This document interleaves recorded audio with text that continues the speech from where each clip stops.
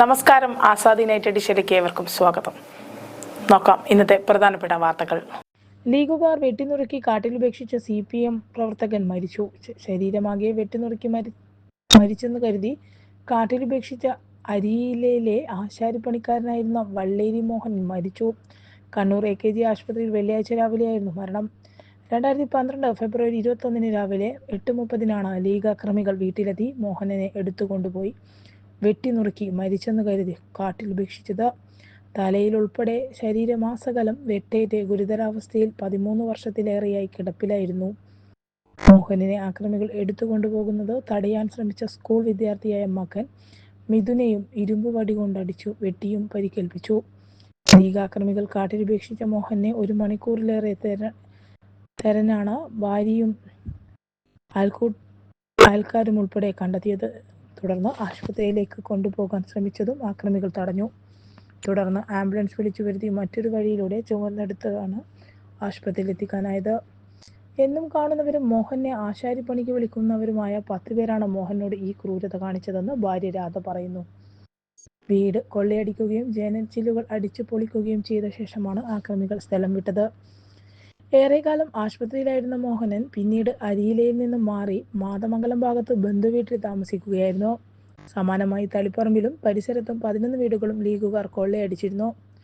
ഒട്ടേറെ കടകളും സ്ഥാപനങ്ങളും ലീഗ് ഇതിന്റെ തുടർച്ചയായി കൊള്ളയടിച്ചു. തളിപ്പറമ്പ് അരിഹർ ടാക്കീസിനടുത്ത് രമാദേവിയെയും അടിച്ച് പരിക്കേൽപ്പിച്ചിരുന്നു. ഇതുൾപ്പെടെ ദിവസങ്ങളോളം തളിപ്പറമ്പ് നഗരത്തിലും പരിസരങ്ങളിലും ലീഗ് പ്രവർത്തകർ CPM പ്രവർത്തകരെയും സ്ഥാപനങ്ങളെയും തെരഞ്ഞുപിടിച്ച് ആക്രമിക്കുകയായിരുന്നു.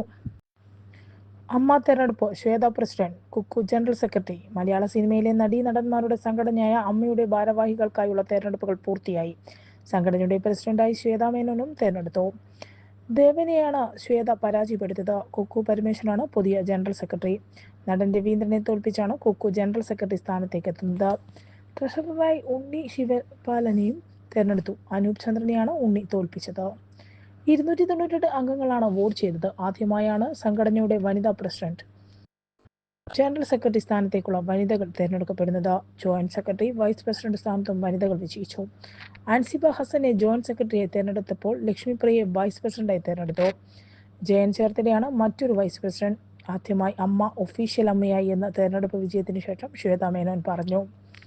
എക്സിക്യൂട്ടീവ് യോഗത്തിൽ ഒരുപാട് തീരുമാനങ്ങൾ എടുക്കാനുണ്ടെന്നും സംഘടനയിൽ നിന്നും പോയ ആർക്കു വേണമെങ്കിലും ഇവിടേക്ക് തിരിച്ചു വരാമെന്നും അവർ പറഞ്ഞു. ചരിത്രം കുറിച്ച പ്രദർശന വിജയം. ഷോലയുടെ 50 വർഷങ്ങൾ. 1975 ഓഗസ്റ്റ് 15 സ്വാതന്ത്ര്യദിനത്തിൽ 2 സുഹൃത്തുക്കളുടെ കഥയുമായി ഒരു ചിത്രം പുറത്തിറങ്ങി. ആദ്യ ദിവസങ്ങളിൽ സിനിമ കാണാൻ ആളുകളില്ല. സമ്പൂർണ്ണ പരാജയമെന്ന് വിലയിരുത്തിയ ചിത്രം തിയേറ്ററിൽ നിന്നും പിൻവലിക്കാമെന്നും വരെ ചർച്ചകൾ ഉയർന്നു. എന്നാൽ 3-ാമത്തെ ആഴ്ച മുതൽ സംഭവിച്ചത് മറ്റൊന്നായിരുന്നു. സിനിമ കാണാനായി ജനങ്ങൾ തിയേറ്ററുകളിൽ ഇടിച്ചു കയറി തുടങ്ങി. പ്രദർശിപ്പിച്ച തിയേറ്ററുകളിലെല്ലാം നിറഞ്ഞ സദസ്സ്. പറഞ്ഞുകേട്ട് വീണ്ടും വീണ്ടും സിനിമ കാണാനായി ജനങ്ങൾ ഒഴുകി തുടങ്ങി. അങ്ങനെ പരാജയമെന്ന് വിലയിരുത്തിയ ചിത്രം ബോംബെയിലെ തിയേറ്ററിൽ തുടർച്ചയായി 5 വർഷം പ്രദർശിപ്പിച്ചു. സമാനതകളില്ലാത്ത ചരിത്രമാണ് ഷോല എന്ന ഹിന്ദി ചിത്രത്തിനുള്ളത്.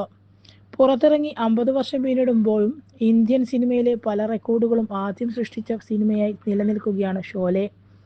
ഇന്ത്യൻ സിനിമാ ചരിത്രത്തിലെ ക്ലാസിക് എന്നും ആദ്യ പാൻ ഇന്ത്യൻ എന്നുമൊക്കെ വിശേഷിപ്പിക്കപ്പെടുന്ന ഷോലയ്ക്ക് ഇന്ന് 50 വയസ്സ് തികയുകയാണ്. നിർമ്മാതാവിൻ്റെയും സംവിധായകൻ്റെയും അഭിമാനതേക്കാളുടെയുമെല്ലാം തലവര മാറ്റിമറിച്ച ചിത്രമായിരുന്നു ഷോലെ. യേ ദോസ്തി ഹം നഹി തോഡെങ്കി എന്ന പാട്ട് പാടി ബൈക്കിലെത്തിയ 2 ചെറുപ്പക്കാർ വളരെ പെട്ടെന്നാണ് സൂപ്പർ താര പദവിയിലേക്ക് എത്തുന്നത്. ഇന്ത്യൻ സിനിമയിലെ അതികാരിയായ അമിതാഭ് ബച്ചൻ്റെയും ധർമ്മേന്ദ്രയുടെയും കരിയറിലെ നിർണായകമെന്നും തന്നെ പറയാവുന്ന ചിത്രമായിരുന്നു ഷോലെ. ഇവർക്ക് പുറമെ സഞ്ജീവ് കുമാറും ഹേമ മാലിനിയും പുതുമുഖം അംജദ് ഖാനുമെല്ലാം ഹിന്ദി സിനിമയിൽ തങ്ങളുടെ സ്ഥാനം ഷോലയിലൂടെ ഊട്ടിയുറപ്പിച്ചു. 3 കോടി രൂപ ബഡ്ജറ്റിലാണ് ഷോലെ ഒരുങ്ങിയതെന്ന് റിപ്പോർട്ട്. 3 കോടിയോളം ബോക്സ് ഓഫീസിൽ ചിത്രം നേടിയെന്നാണ് കണക്കുകൾ. ധർമ്മേന്ദ്രയുടെ വീരുവും ആഗ്രിയങ് മാൻ, അമിതാഭ് ബച്ചന്റെ ജയ്യും, സഞ്ജീവ് കുമാറിന്റെ തക്കൂറും, ഹേമ മാലിനിയുടെ ബസന്തിയും, ജയ ബാദുരിയുടെ രാധയുമൊക്കെ ഇന്ത്യൻ സിനിമയിലെ തന്നെ എക്കണോമിക് കഥാപാത്രങ്ങളായി. അംജദ് ഖാൻ എന്ന പുതുമുഖം അവതരിപ്പിച്ച ഗബ്ബർ സിംഗ് പ്രതിനായക സങ്കല്പങ്ങളെ തകർത്ത കഥാപാത്ര സൃഷ്ടിയായിരുന്നു. ആഗോളതലത്തിൽ ഏറ്റവും കൂടുതൽ ആളുകൾ കണ്ട സിനിമയാണിത്. 25 കോടി ടിക്കറ്റുകളാണ് വിറ്റത്. ബോംബെയിലെ മിനർവ തിയേറ്ററിൽ തുടർച്ചയായി 5 വർഷമാണ് ചിത്രം പ്രദർശിപ്പിച്ചത്. ഏറ്റവും കൂടുതൽ കാലം പ്രദർശിപ്പിച്ച ചിത്രമെന്ന ഷോലയുടെ റെക്കോർഡ് 2001 തകർത്തത് 1995 പുറത്തിറങ്ങിയ ഷാരൂഖ് ചിത്രം ദിൽവാലെ ദുൽഹനിയെ ലേ ജായേംഗെയാണ്. ത്രസിക്കുന്ന യുവത്വത്തിന്റെ ഹരമായിരുന്നു ഷോലെ. എന്നാൽ യുവത മാത്രമല്ല, കുടുംബ പ്രേക്ഷകരടക്കം ചിത്രത്തെ ഏറ്റെടുത്തു. ഇന്നും പലരുടെ ഇഷ്ട ചിത്രമാണ് ഷോലെ. ബ്രിട്ടീഷ് ഫിലിം ഇൻസ്റ്റിറ്റ്യൂട്ടിന്റെ 2002 സർവേയിൽ എക്കാലത്തെയും മികച്ച 10 ഇന്ത്യൻ സിനിമകളിൽ ഷോലെ ഒന്നാമതെത്തി. 2005 50ാമത് ഫിലിം ഫെയർ അവാർഡുകളുടെ വിധികർത്താക്കൾ ഇതിനെ 50 വർഷത്തെ മികച്ച ചിത്രമായി തിരഞ്ഞെടുത്തു. തീക്കനൽ എന്നാണ് ഷോലെ എന്ന വാക്കിന്റെ ഒരർത്ഥം. ഇറങ്ങി അരനൂറ്റാണ്ട് പിന്നിടുമ്പോഴും ഇന്ത്യൻ സിനിമാ ചരിത്രത്തിൽ അണയാത്ത കനലായി ഷോലെ ഇന്നും നിലനിൽക്കുന്നു. അർജന്റീനയിൽ വേദന സംഹാരിയിൽ ബാക്ടീരിയ, 96 മരണം. അർജന്റീനയിലെ 3 ആശുപത്രികളിൽ വേദന സംഹാരിയിൽ ബാക്ടീരിയ കലർന്ന് 96 പേർ മരിച്ചതായി റിപ്പോർട്ട്. ബ്യൂണസ് അയറിസ്, സാന്റാ ഡെ കോർഡോബ, ഫോർമോസ എന്നിവിടങ്ങളിലെ ആശുപത്രികളിൽ ചികിത്സയിലുണ്ടായിരുന്നവരാണ് മരിച്ചത്. വേദന സംഹാരിയായി ഉപയോഗിക്കുന്ന ഫെന്റാനിലാണ് അപകടകരമായ ബാക്ടീരിയ കലർന്നത്. ഫാർമസ്യൂട്ടിക്കൽ കമ്പനിയായ HLB ഫാർമയും ഇതിന്റെ ലബോറട്ടറി പങ്കാളിയായ ലബോറട്ടോറിയോ റാമല്ലയും നിർമ്മിക്കുന്ന ഫെന്റനിലിലാണ് ബാക്ടീരിയ സാന്നിധ്യം സ്ഥിരീകരിച്ചത്. 3 ആശുപത്രികളിലും മരണസംഖ്യ ഉയർന്നതിന്റെ തുടർന്ന് നടത്തിയ വിശദമായ അന്വേഷണത്തിലാണ് വേദന സംഹാരിയിൽ ക്ലാബ്സിയല്ല ന്യൂമോണിയ, റെൽസ്റ്റോണിയ പിക്കറ്റി തുടങ്ങിയ അപകടകരമായ ബാക്ടീരിയകളുടെ സാന്നിധ്യം കണ്ടെത്തിയത്. അനസ്തേഷ്യ നൽകാനും ആശുപത്രികളിൽ ഈ ഫെന്റാനിൻ ഉപയോഗിക്കാറുണ്ട്. അതേസമയം ആരോപണങ്ങളെ തള്ളി HLB ഫാർമ കമ്പനി രംഗത്തെത്തി. സുരക്ഷിതമായ ആണെന്നും ബാക്ടീരിയയെ കണ്ടെത്തിയത് മറ്റാരെങ്കിലും കലർത്തിയതാവുമെന്നും കമ്പനി ഉടമ പറഞ്ഞു. രാജ്യം സ്വാതന്ത്ര്യദിനം ആഘോഷിച്ചു. ദീപാവലി സമ്മാനമായി GST പരിഷ്കരണം, നികുതി ഭാരം കുറയും. മോദി യുവാക്കൾക്കായി 1 ലക്ഷം കോടി രൂപയുടെ പദ്ധതിയും പ്രധാനമന്ത്രി പ്രഖ്യാപിച്ചു. പ്രധാനമന്ത്രി വികസിത് ഭാരത് റോസ്ഗാർ യോജന എന്നാണ് പദ്ധതിയുടെ പേര്. ഈ പദ്ധതി അനുസരിച്ച് സ്വകാര്യ മേഖലയിൽ ആദ്യമായി ജോലിയിൽ പ്രവേശിക്കുന്ന യുവാക്കൾക്ക് സർക്കാരിൽ നിന്ന് 15,000 രൂപ ലഭിക്കും. കൂടുതൽ തൊഴിലവസരങ്ങൾ നൽകുന്ന കമ്പനികളെ പ്രോത്സാഹിപ്പിക്കും. ഈ പദ്ധതിയിലൂടെ ഏകദേശം 3.5 കോടി പുതിയ തൊഴിലവസരങ്ങൾ സൃഷ്ടിക്കുമെന്നും പ്രധാനമന്ത്രി പറഞ്ഞു. ചെങ്കോട്ടയിൽ പതാക ഉയർത്തിയതിനു ശേഷം സംസാരിക്കുകയായിരുന്നു പ്രധാനമന്ത്രി.